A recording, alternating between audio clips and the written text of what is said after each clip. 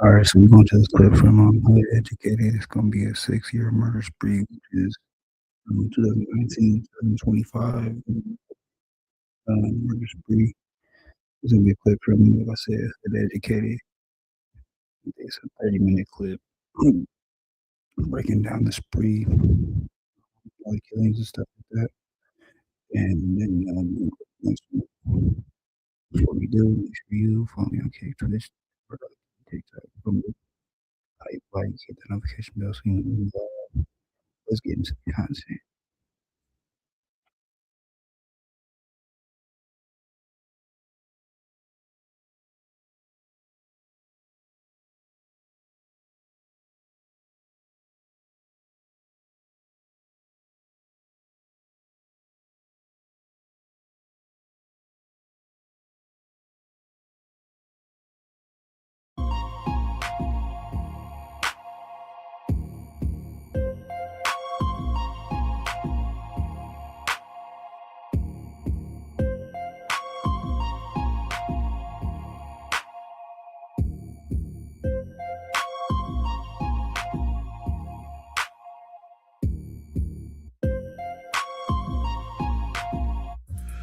If you hood educated, I'm glad you made it. Allow me to unfold my knowledge, wisdom, and understanding from a hood brother's point of view to all of you here, there, and everywhere. Now check me out. Prosecutors detailing a ruthless years-long effort to silence witnesses and rival gang members that allegedly included more than a dozen murders and other crimes, many of which have gone unsolved. It was a stunning moment of violence that sent scores of people running. The July 2020 drive-by shooting near 79th and Carpenter, as a crowd gathered for a funeral, wounded 15 people, most of them women. I remember being out there after it happened and seeing casings all over the street and the sidewalk. He said, this is like a war zone. Father Michael Flager offered a $15,000 reward after the shooting, which prosecutors now say was gang retaliation. It's one of a string of shootings detailed in a federal indictment charging 6 alleged members of the Face World Street Gang with racketeering, conspiracy, and other charges. Cowards are the ones that spray crowds and shoot at crowds. If I remember right, there were children out there at the time with the adults. Prosecutors say for years the defendants committed murder, attempted murder, assault, and other acts of violence, keeping victims' rival gang members and witnesses in fear, allowing the gang to engage in drug trafficking, theft, including carjackings, and other crimes. It's right in the sweet spot of what the U.S. Attorney's Office does. It's a classic RICO gang conspiracy. They've done them for years, and this fits right in the mold. The indictment also charges one of the defendants with the 2019 murders of 18-year-old Brittany Rice and 19-year-old Zenobia Brantley, who both worked at Walmart and were sitting in a vehicle after work near 77th and Eggleston. Another coworker in the car was wounded. It's a long-running criminal gang with a lot of murders to their name, and you can tell that by the charges. All 6 defendants are in custody. If convicted, they could receive life sentences. And because these are federal charges, 3 of those defendants could face the death penalty. 6 alleged members and associates of a Chicago street gang were indicted by a federal grand jury in Chicago. The indictment was unsealed on December 15, 2025, and publicly announced by the U.S. Attorney's Office, Northern District of Illinois. These 6 brothers are accused of participating in a criminal organization that engaged in violent acts, including 13 murders. Did y'all hear what I just said? 13 murders, attempted murders, assaults, armed robberies, and carjackings, a shooting at a CTA bus, cold-blooded demonstration. Authorities describe this as a RICO, racketeering conspiracy, meaning prosecutors allege the group functioned as an organized violent enterprise rather than isolated crimes. And what this means is this right here, y'all. For all you brothers out there that's in these gangs and doing all this criminal activity, as long as you are in a gang and you are doing criminal activity, the federal government and the state government will look at you as a criminal enterprise. Okay? So you gotta understand that. If you're doing crime and you in a gang, at some point the government can say you are a criminal enterprise, and that RICO charge alone can get you 20 years on top of all the other charges. So let's get an understanding as to who is being charged. First, we have Deontay Harper, 28 years old. Tyrone Foy, 31 years old. Taiwan Tapler, 25 years old. Robert Lee Thomas, 22 years old. Davion Harris, 28 years old. And Davine McClure, 26 years old. All of these guys are alleged members of an associated gang called Face World. Face World is a fraction of the Gangster Disciples on the south side of Chicago. Federal prosecutors allege that Face World was involved in a series of violent incidents spanning several years, roughly from 2019 to 2025. Come on now. That just tells me one thing, right? And I'm all about my law enforcement and stuff like that. But if you got a group of guys running around causing this much chaos, pain, murder, and misery in the community in a small section of south side of Chicago, and y'all ain't got these guys off the streets, look, y'all being incompetent. Y'all ain't really standing on business. And that's why the feds have to come in and get these guys up off the streets. Now, with these 13 homicides, in the indictment, it lists multiple fatal shootings, including young victims and people targeted during gang conflicts. The prosecutors say the members were engaged in a long-standing and violent feud with rival groups such as Wooga World and 900.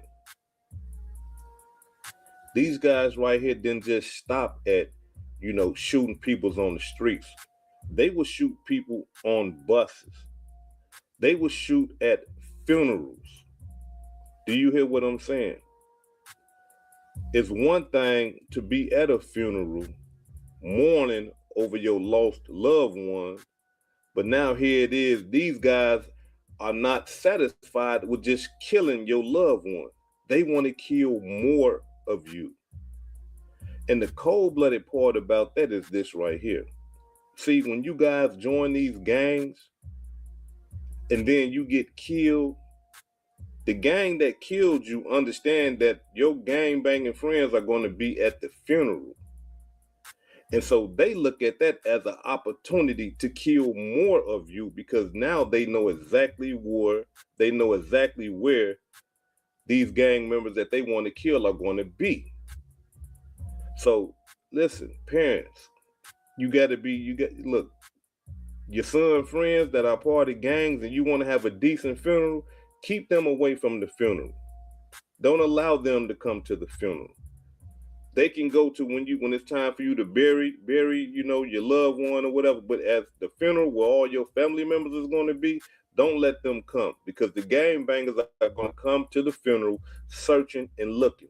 And as soon as they see some people that they want to kill, they're going to shoot the funeral up, and then they're going to possibly shoot some innocent people as well. In addition to the murder and all the other bad stuff that these boys was accused of, the attempted murders and all that, they are also being charged with armed robbery, carjacking, witness intimidation, and drug distribution. Now, I need the hood-educated residents and guests to understand something. Just because these brothers have been indicted, just because they are under an indictment right now and they have been charged with all this stuff, it doesn't mean that they are guilty. What that means is that the government, the federal government, the United States government believe that they are guilty of the crimes that they are being charged with. But they still got to have their trial. They still got to go in front of a jury. They still got to go in front of a judge, and the prosecution has to prove all the elements of every crime that they have been charged with. So as of right now, these 6 boys are innocent until proven guilty. Cold-blooded demonstration. The worst thing that a gangbanger could do is go shoot up a funeral, right? And the reason why I say that is because here it is, you have people are crying and mourning. The kids are there. The grandparents are there. The parents are there. The cousins, the friends are at the funeral, mourning the death of one of their loved ones. And here come you gangbangers. You know, y'all ain't got no respect for nothing. And y'all shoot up the funeral. Shoot 15 people, innocent people. Not one gangbanger did they shot, all innocent people. And the cold-blooded part about the whole thing is this right here. They even bragged about it on Instagram. Check it out. This is what Tay Sabb said on his Instagram account when he was, going back and forth with one of his opposition. Boss Reese 075 said, "I think that was just him in this wood hitting hard as fuck." Tay Sabb 80th said, "Gang, then we had your ass running at the funeral. You fell on your face on my son. Stop tweaking, for real." You see what I'm saying? These boys just be talking and talking about actual crimes that they committed. So now in this indictment, this is what the Fed said. On or about July 21st, 2020, co-conspirator 9 drove defendant Dante Harper, Keyshawn Wardlow, and co-conspirator 3 when Dante Harper and co-conspirator 3 shot at multiple funeral goers at Donald Weatherby's funeral, many of whom were wounded. Co-conspirator 3 planned this shooting as a retaliation for the death of a Face World Enterprise member, and all of the men in the car together planned to shoot up the funeral. This is what you call cooperation. Everything that he said in that Instagram post, corroborating everything that the feds are saying right now when it comes to the shooting at the funeral. You see what I'm saying? But like I said in my last video, continue. Just continue, bragging on Instagram and all the social medias and things like that, because the police gonna put it together. Yeah, the feds gonna connect the dots on y'all ass. And before you know it, you're gonna be facing an indictment just like these boys here. Now, listen, I could never agree with none of this type of behavior, especially shooting up the funeral home. I just can't, come on. And the cold-blooded part about that is this right here. The man who died, whose funeral it was shot and killed by the same people that shot up the funeral. So just killing him wasn't enough. No. We killed him already. No, we got to go shoot up the funeral too. You see what I'm saying? That wasn't enough. I'm talking about have people running, and when you hit the little part that you seen about the funeral shooting, that little small portion on the news, that ain't it, y'all. I'm talking about them boys was shooting so long. You gonna be like, hey man, wait a minute.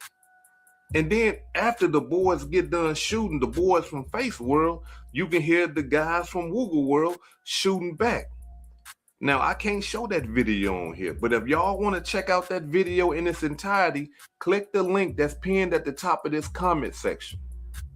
Go over there, get your membership, check out that video, and then check out the other content that I got over there. That's if you are into that type of stuff. If you're not into that type of stuff, I wouldn't advise you to go over there and peep that. Leave that alone, right? But now, this boy who called himself Dewey Foe, he has been associated with all type of murders. I'm talking about he driving them on the murder, he participating in the murder, and then he get killed himself. And I know a lot of people are saying, well, you know, how did he get killed? Possibly, you know, gang rivalry and stuff like that. No, he got killed in a backdoor demonstration. Here it is, Dewey Ford and one of his other members, well, his best friend, according to reports from Face World, they clicked up with another gang called 800. And these four brothers planned to go hit an armored truck. And in the process of trying to rob the armored truck, they killed the sister for nothing. Shot her down dead. And after shooting the sister, rest in peace to her and her family, condolences to her family, rest in peace to her and condolences to her family. After shooting this sister and killing her, the lick was blown up. So they had to get in their cars and get up out of there. But while in the car, one of the guys had a smart idea to go rob a T-Mobile store. A T-Mobile store. So now after robbing the T-Mobile store, according to reports, they're saying that they started to argue. The four guys that's in the car.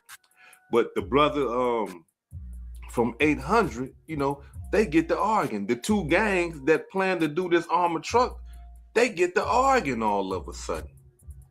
And I'm talking about the cold-blooded part about that is the back door was just ruthless, because while Dewey, I think he was in the passenger, or I think he was driving. Well, he was in the front seat, let's say that. The Face World members were in the front seat of the getaway vehicle.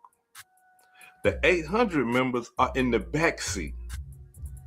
While they get into this confrontation or this argument or whatever, the 800 members said, okay, you know, after they got done arguing, the 800 members saying, look, we finna kill these fools. And that's exactly what they did.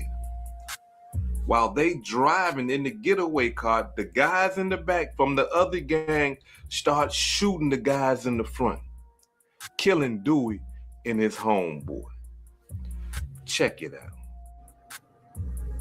And police here saying today, Cheryl, that the community of this Chicago neighborhood needs to be commended for calling 911 and helping lead these two men in this really bizarre murder case. Here they are, 19-year-old Antoine Montgomery and 21-year-old DeAndre Jennings in jail facing a slew of charges, including murder. They were part of that Monday morning attempted armored car heist, according to police, at the Bank of America at 83rd and Princeton. Detectives say the men, joined by two others, ambushed three armed security guards, shooting two of them and killing 47-year-old LaShonda Hartz. Police say the men robbed a cell phone store after that, then crashed an SUV into the 8700 block of South Saginaw. There's the SUV right there. It was here, police say, the men turned on each other. The superintendent saying there's no honor among thieves, and after the robberies and murder, the four men got into an altercation. Two men deceased, two others charged, those two being Montgomery and Jennings. Superintendent also sending this message to criminals tonight. We at the Chicago Police Department have a clear message to these individuals. Commit these crimes and you will be held responsible. 19-year-old Antoine Montgomery and 21-year-old DeAndre Jennings, both charged with murder, among other charges. And as I mentioned, the police talking about the community that called 911 after that crash in that SUV. Someone called 911 and said they saw the two suspects running into a home. That led to a SWAT standoff, and then these two men were arrested. Ain't no honor amongst thieves. None whatsoever. Now, the boys that did that killing, you know, they done got caught up and got arrested and stuff like that. They down there for 3 murders federally, looking at the death penalty. This is gang life for you. This is the stupidity of gang life. This is what's going on. And so here it is. Now, these boys done got caught up in this RICO, and it's over with for them. They looking at the death penalty. You see, it's over with for them. But the cold-blooded part about this whole demonstration is this right here. Where is the parents in this whole demonstration? And sometimes when I ask these type of questions, I got to look at myself. I got to reflect back on my life, because I was running around the streets doing all that madness too. And a lot of the times when kids are running wild like this, they have dysfunctional parents. They grew up in a dysfunctional environment. You got to understand that. They grow up in those type of environments where everything is just complete chaos. Drugs, gangs, murders, killing, fighting, civil rivalry, all type of stuff going on. And there are no parents, even though there are parents, adults, but they are not parenting. They are just letting kids do what the hell they want to do. And when you let a child do what the hell they want to do, these are the results that you're going to get. That's why I'm a firm believer now of whooping ass, putting kids in their place, and, directing the future of your children. And what I mean by that is this right here. We got to stop asking our kids what they want to do. We got to start telling our kids what they're going to do. You see, you watch your kids and you say, okay, you good at playing basketball. You finna go play basketball. I don't really want to go play that. Look, this is not nothing to be discussed.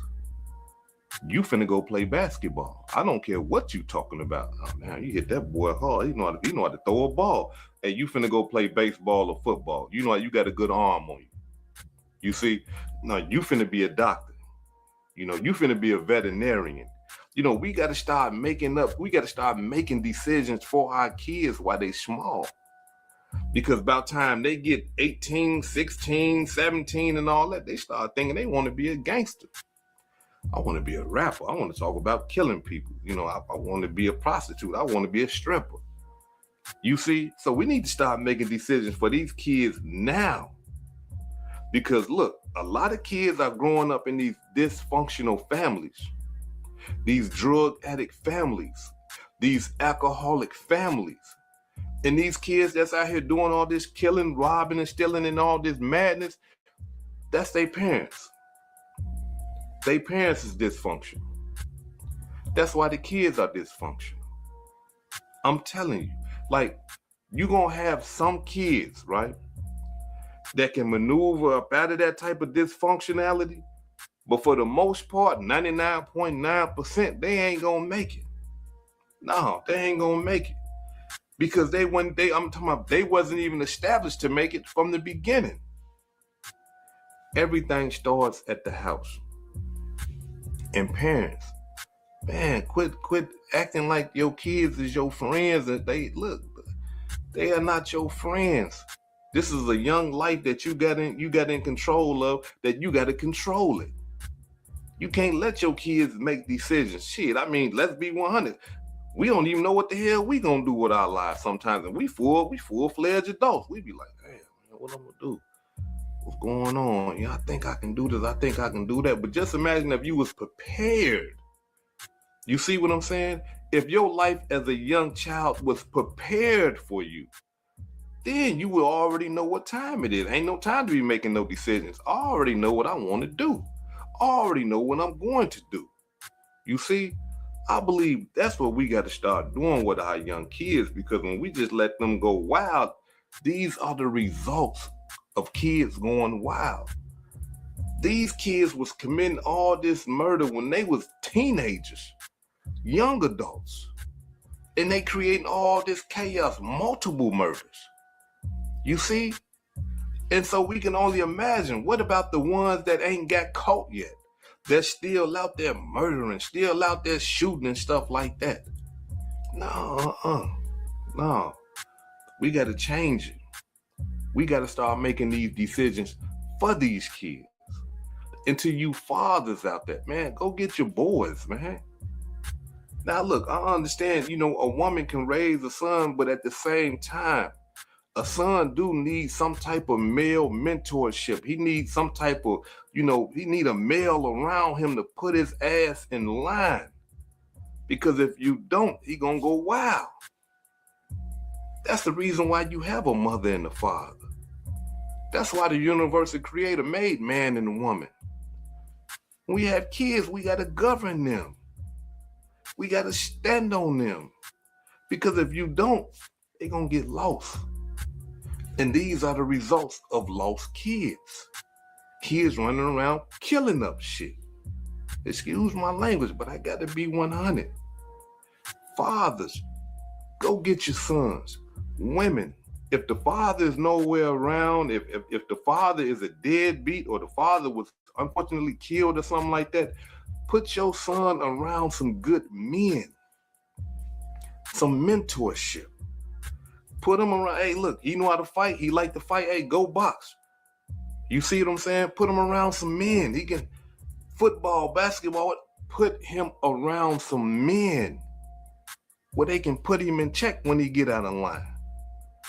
Young boys need that. I never had my father. I needed that. I know I needed that. Man, I wanted my father so bad, man. I didn't want my stepfathers and all them. No, I wanted my father.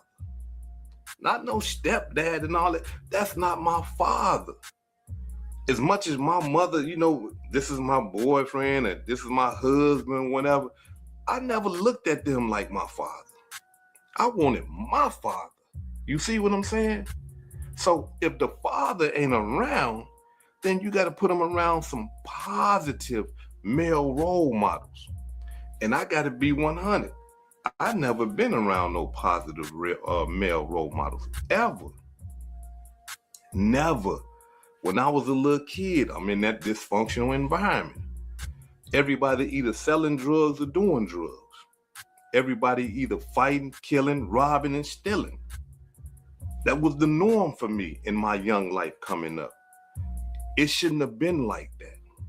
So then I got to ask myself, how did I end up gang banging? How did I end up robbing?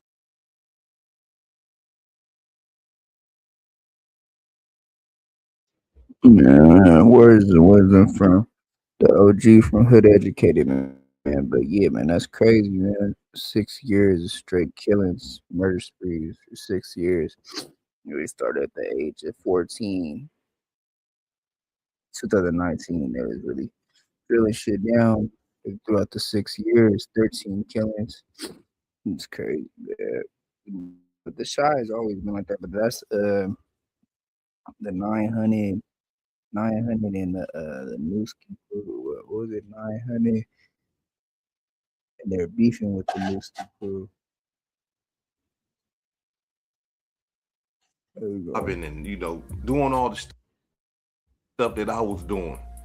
Hold on real quick.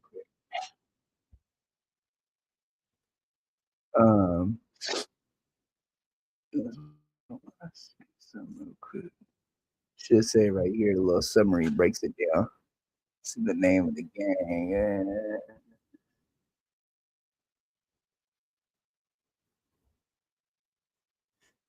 It's a Southside Chicago gang, but I think it was 600. I don't think they were from Young Money. Nah, I think it was 600 and it might have been, couldn't be Q50 and them people and Jeff and them. That could be Trash City and them. I don't know. Around there, they're around by Trash City around there. But so them and they were into it with another clique. 6 years killing murder spree. That's crazy. But okay, man, I'm gonna go to the. No, you know, we ain't going to the next one. Actually, this is the last one for the night, man. Yeah, Educated. Yo, go check them out. Chicago gang war went on killing spree, murdering 13 people from 2019 2025. That's the video right there. Yeah, man. Follow me on Kick, Twitch, Discord, IG, TikTok, Rumble, Hype, like, hit the notification bell so you know when we live. We gone.